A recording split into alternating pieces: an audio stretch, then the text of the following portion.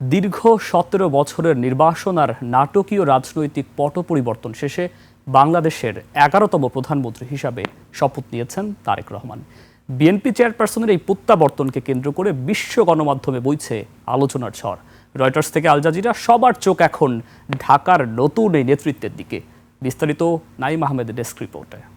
বিশ্বের সর্বাধুনিক প্রযুক্তিতে প্রস্তুতকৃত Arik silver wash detergent powder 500 গ্রাম মাত্র 70 টাকা। রিমার্ক। বিরাগের বশবর্তী না হইয়া অনুরাগ বা বিরাগের ঘড়ির কাঁটায় তখন বিকেল 4:12। দীর্ঘ প্রায় 2 দশকের প্রতীক্ষার অবসান ঘটিয়ে বাংলাদেশের নতুন প্রধানমন্ত্রী হিসেবে শপথ নেন তারেক রহমান।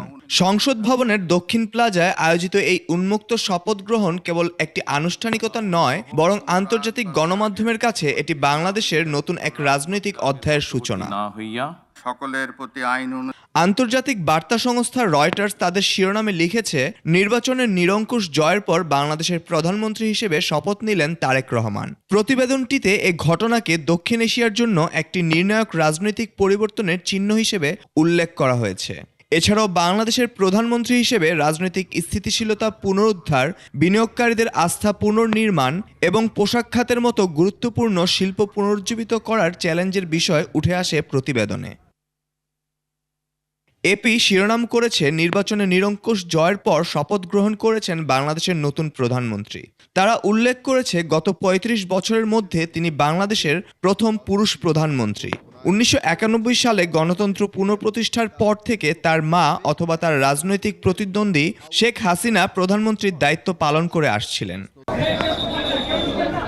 এছাড়াও ব্রিটিশ গণমাধ্যম বিবিসিতে তারেক রহমানের ১৭ বছর নির্বাসন কাটিয়ে এসে দেশের নতুন প্রধানমন্ত্রী হিসেবে শপথ নেয়াকে গুরুত্বের সাথে দেখা হয়েছে।